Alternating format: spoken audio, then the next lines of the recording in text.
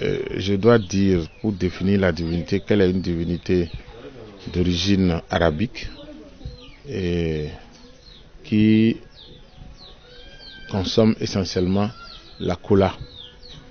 Alors, c'est une divinité à la fois femelle et mâle, dont je ne connais pas grand-chose, mais aujourd'hui, je rends un hommage mérité à mes pères spirituels, à savoir Gbenakpon, à mon grand-père Gabazoglan Yao, qui a pu lui-même amener la divinité à Révier et qui aujourd'hui est en train de nous sauver la vie, de nous aider.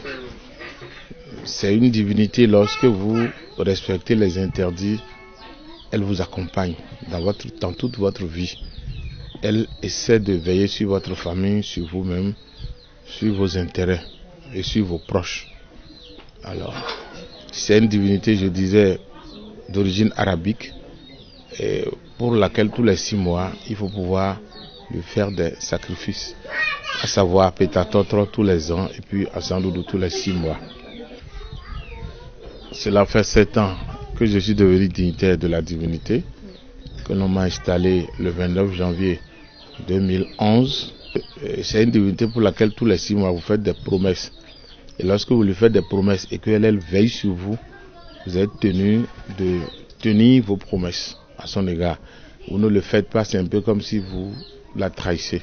Est-ce qu'il arrive qu'elle n'arrive pas à tenir ses promesses? Elle tient toujours ses promesses. C'est nous les hommes qui, pour la plupart du temps, cédons à la chair humaine, à la tentation humaine et tombons souvent dans les interdits. C'est une divinité lorsque vous respectez ces interdits. Et elle est là toujours présente dans votre vie, à tout point de vue. Elle est arrivée sur nos terres depuis des décades. Ça fait plusieurs années qu'elle est là. Et au fait, c'est une divinité qui respecte en réalité les 10 commandements de Dieu. C'est une divinité, lorsque vous la pratiquez, vous n'avez pas souvent à céder à la chair humaine, ça doit être tenté par exemple par la femme d'autrui. D'accord, pensez mal de votre prochain, ou vous levez pour essayer de lancer des mauvais sorts à votre prochain.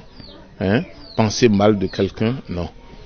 Vous devez rester dans le droit chemin de la divinité, à savoir faire la promotion non seulement de la paix, du développement, et prier pour le bonheur des uns et des autres. En pratiquant cette divinité, c'est que vous êtes un peu à l'antipode de ce que nous appelons couramment la sorcellerie. Vous n'avez pas à pratiquer avec le diable, vous respectez la divinité. Et lorsque vous levez tous les matins, vous allez vers Tron, c'est pour lui dire salam alaikum, alaikum salam. Ça dit la paix de Dieu avec vous, la paix de Dieu avec moi.